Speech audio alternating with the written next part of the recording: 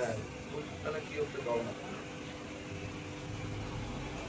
আমি তো হাবড়া হাবড়া এখান থেকে তোমার অশোকনগর গেলাম, কল্যাণগড়ের ভেতর দিয়েই যেতে হয়, হাবড়ার মধ্যে পড়ে যায়। হ্যাঁ।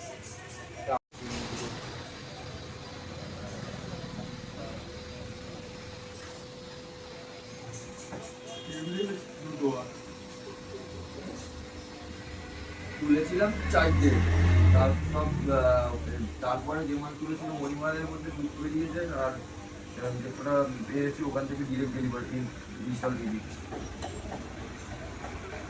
4টে সেল হয়নি, দুটো সেল হয়েছে।